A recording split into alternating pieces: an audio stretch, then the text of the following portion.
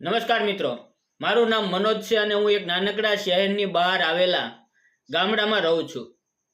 મારી ઉંમર 36 વર્ષની છે અને છેલ્લા ઘણા વર્ષથી હું ગામની બજારમાં કાપડની નાની દુકાન ચલાવું છું. દુકાન બહુ મોટી નહોતી, પરંતુ એટલી આવક થઈ જતી કે મારું ઘર ચાલી જાય. મારા માતા પિતાનું થોડા વર્ષો પહેલા અવસાન થઈ ગયું હતું અને હું એકલો જ રહેતો હતો. લગ્ન માટે ઘણી વખત વાતો આવી, પરંતુ કોઈને મારી નાની દુકાન અને સામાન્ય આવક પસંદ નહોતી. તેથી મેં પણ લગ્ન વિશે વિચારવાનું લગભગ બંધ કરી દીધું હતું.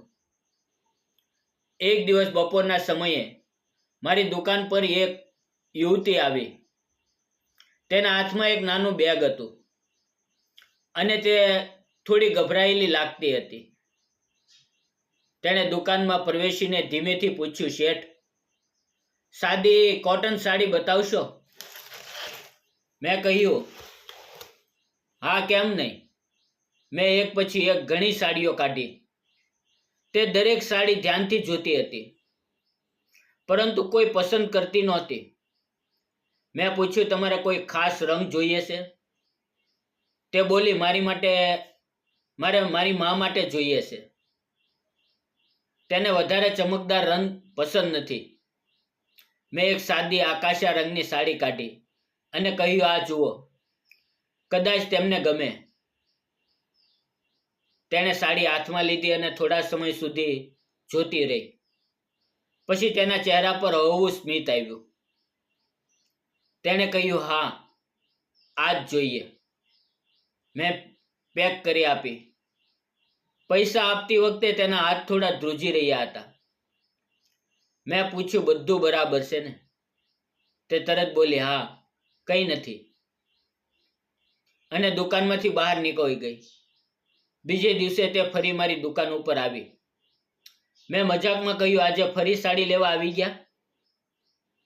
તે હસીને બોલી, ના, આજે તો તમને પૈસા પાછા આપવા આવીશું. મેં આશ્ચર્યથી પૂછ્યું, ક્યાં પૈસા? તેણે કહ્યું, ગઈકાલે તમે 500 રૂપિયા ઓછા લીધા હતા. મેં કહ્યું, મને ખબર જ નહોતી. તે બોલી, મને ખબર હતી, એટલે પાછા આપવા આવી. હવે તેની સચ્ચાઈ મને ખૂબ ગમી. મેં કહ્યું, હવે નથી જોતા, ભૂલ મારી હતી. પરંતુ તેણે પૈસા મારા હાથમાં મૂકી દીધા. મેં પૂછ્યું, તમારું નામ તો કયો? તે બોલી, મારું નામ હેતલ છે. મેં પણ મારું નામ કહ્યું. એ દિવસથી હેતલ ક્યારેક મારી દુકાન પર આવવા લાગી. ધીમે ધીમે અમારી ઓળખાણ વધવા લાગી. મને ખબર પડી કે હેતલ નજીકના ગામમાં પોતાની માતા સાથે રહેતી હતી. તેના પિતાનું ઘણા વર્ષો પહેલા અવસાન થઈ ગયું હતું. હેતલ શહેરમાં એક નાની ઓફિસમાં કામ કરતી હતી અને સાંજે ઘરે પાછી આવતી હતી. એક દિવસ વાત કરતા કરતા મેં પૂછ્યું, તમારા લગ્ન નથી થયા? તે થોડું હસીને બોલી, લગ્ન થયા હતા. હું ચૂપ થઈ ગયો. તેણે કહ્યું, મારા લગ્ન બહુ ઓછા સમય ચાલ્યા. મારા પતિને દારૂની ખરાબ ટેવ હતી. ઘરમાં રોજ ઝઘડા થતા. એક દિવસ પરિસ્થિતિ એટલી ખરાબ થઈ ગઈ કે હું મારી માતા પાસે પાછી આવી ગઈ. ત્યાર પછી સંબંધ તૂટી ગયો. મેં ધીમેથી કહ્યું, તમે બહુ મુશ્કેલી સહન કરી છે. તે બોલી, હા, પરંતુ હવે હું પાછું જીવન જીવવા માંગુ છું. ભૂતકાળને લઈને બેસી રહું તો જીવન આગળ કેવી રીતે વધશે? તેની વાત સાંભળીને મને તેના માટે વધુ માન થયું. હું પણ એકલો હતો અને તે પણ પોતાના દુઃખ સાથે જીવન જીવતી હતી. કદાચ આ જ કારણ હતું કે અમારી વાતો એકબીજાને સમજાતી હતી. એક દિવસ સાંજના સમયે મારી દુકાન બંધ કરવાની તૈયારી કરતો હતો ત્યારે હેતલ દોડતી દોડતી આવી તેના ચહેરા પર ચિંતા હતી. મેં પૂછ્યું, શું થયું? તે બોલી, મમ્મીને અચાનક તબિયત ખરાબ થઈ છે. હું દવાખાને લઈ જવા માટે વાહન શોધી રહી છું, પણ કંઈ મળતું નથી. મેં તરત દુકાન બંધ કરી અને મારી બાઇક કાઢી. મેં કહ્યું, ચાલો હું તમને લઈ જાઉં. અમે બંને તેના ઘરે ગયા. તેની માતાને બાઇક પર બેસાડવી મુશ્કેલ હતી, તેથી મેં નજીકના ઓળખીતાના રિક્ષાવાળાને ફોન કર્યો. થોડી જ વારમાં રિક્ષા આવી અને અમે તેની માતાને હોસ્પિટલ લઈ ગયા. ડૉક્ટરે કહ્યું કે વધારે ચિંતા કરવાની જરૂર નથી, પરંતુ થોડા દિવસ આરામ કરવો પડશે. હેતલના ચહેરા પર રાહત દેખાય. હોસ્પિટલની બહાર તેણે મને કહ્યું, મનોજ, તમે આજે ન આવ્યા હોત તો હું શું કરત એ ખબર નથી. મેં કહ્યું, આમાં આભાર માનવાની શું વાત છે? મુશ્કેલીમાં માણસ માણસના કામે આવે એ જ સાચી વાત છે. એ દિવસ પછી અમારી વચ્ચેનો સંબંધ વધુ નજીકનો બન્યો. હેતલ ક્યારેક મારી દુકાન માટે ચા લઈને આવતી અને હું તેની માતા માટે દવા લાવી આપતો. અમે એકબીજાની નાની મોટી જરૂરિયાતો સમજવા લાગ્યા. એક દિવસ હેતલે મારી દુકાન પર આવીને કહ્યું, મારે તમને એક વાત પૂછવી છે. મેં કહ્યું, પૂછો. તે બોલી, તમે આખું જીવન એકલા રહેવાના છો? મેં હસીને કહ્યું, મને તો લાગે છે કે મારું લગ્નનું નસીબ જ નથી. તે થોડું સ્મિત કરી ચૂપ રહી ગઈ. મેં પણ તેને પૂછ્યું, અને તમે? તે બોલી, મને પણ હવે કોઈ પર વિશ્વાસ કરવો મુશ્કેલ લાગે છે. મેં કહ્યું, દરેક માણસ એક સરખો નથી હોતો. તે મારી સામે જોઈ રહી. તેની આંખોમાં કંઈક એવું હતું જે હું સમજી શકતો નહોતો. થોડા અઠવાડિયા પછી એક દિવસ શહેરમાં ભારે વાવાઝોડું આવ્યું. બપોરથી જ આકાશ કાળું થઈ ગયું હતું. સાંજ સુધીમાં વરસાદ એટલો જોરદાર પડ્યો કે બજારની બધી દુકાનો વહેલા બંધ થઈ ગઈ. હું પણ દુકાન બંધ કરીને ઘરે જવા નીકળ્યો. રસ્તામાં મારી નજર બસ સ્ટેન્ડ પાસે ઊભેલી હેતલ પર પડી. તેની પાસે છત્રી હતી, પરંતુ પવનના કારણે છત્રી ઊંધી વળી ગઈ હતી. તે આખી ભીંજાઈ ગઈ હતી. મેં બાઇક રોકીને પૂછ્યું, તમે અહીંયા એકલા કેમ ઊભા છો? તે બોલી, બસ આવતી નથી. ફોનની બેટરી પર પૂરી થઈ ગઈ છે. મેં કહ્યું, મારા ઘરે ચાલો. વરસાદ ઓછો થાય પછી તમને ઘરે મૂકી જઈશ. તે થોડા સમય સુધી વિચારતી રહી. પછી બોલી, તમારા ઘરે? મેં કહ્યું, હા, પણ જો તમને સંકોચ હોય તો આપણે કોઈ ઓળખીતાના ઘરે જઈએ.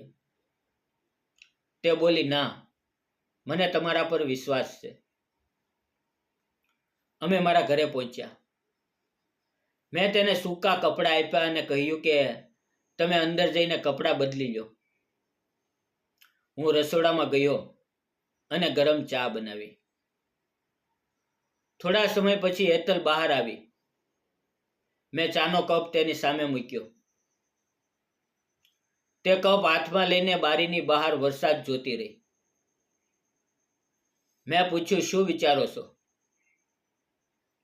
તે બોલી, વિચારી રહી છું કે જીવનમાં ક્યારેક અજાણ્યો માણસ પોતાના માણસ કરતાં વધારે મદદ કરી જાય છે. થોડા સમય પછી મેં ભોજન બનાવવાનું શરૂ કર્યું. હેતલે કહ્યું, આજે રસોઈ હું બનાવીશ. મેં કહ્યું, તમે મહેમાન છો. તે હસીને બોલી, હું મહેમાન બનીને આવતી નથી. મને કામ કરવું ગમે છે. અમે બંને સાથે મળીને ભોજન બનાવ્યું. વરસાદ બહાર પડતો હતો અને અંદર બંને વચ્ચે વાતો ચાલતી હતી. રાત્રે મોડું થઈ ગયું હતું. વરસાદ ઓછો થયો નહોતો.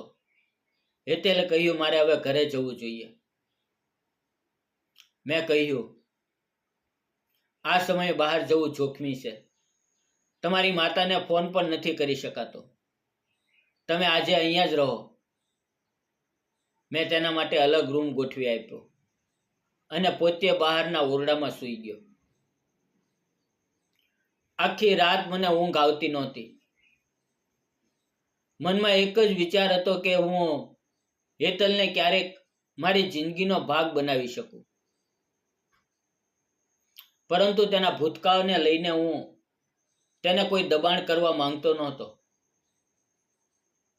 સવારે વરસાદ બંધ થયો. હેતલ ઘરે જવા તૈયાર થઈ. દરવાજા પાસે ઊભી રહી અને તેણે કહ્યું, મનોજ, હું તમને એક વાત કહું? મેં કહ્યું, હા. તે બોલી, ગઈકાલે હું તમારા ઘરે આવી ત્યારે મને ડર લાગતો હતો. પરંતુ તમે મારી સાથે જે માનથી વર્ત્યા એ જોઈને મને લાગ્યું કે કદાચ દુનિયામાં હજુ પણ વિશ્વાસ કરી શકાય એવા માણસો છે. મેં કાંઈ જવાબ આપ્યો નહીં. તે આગળ બોલી, મને ખબર નથી કે તમે મને કઈ નજરે જુઓ છો, પરંતુ છેલ્લા કેટલાક મહિનામાં તમે મારા માટે ખૂબ ખાસ બની ગયા છો.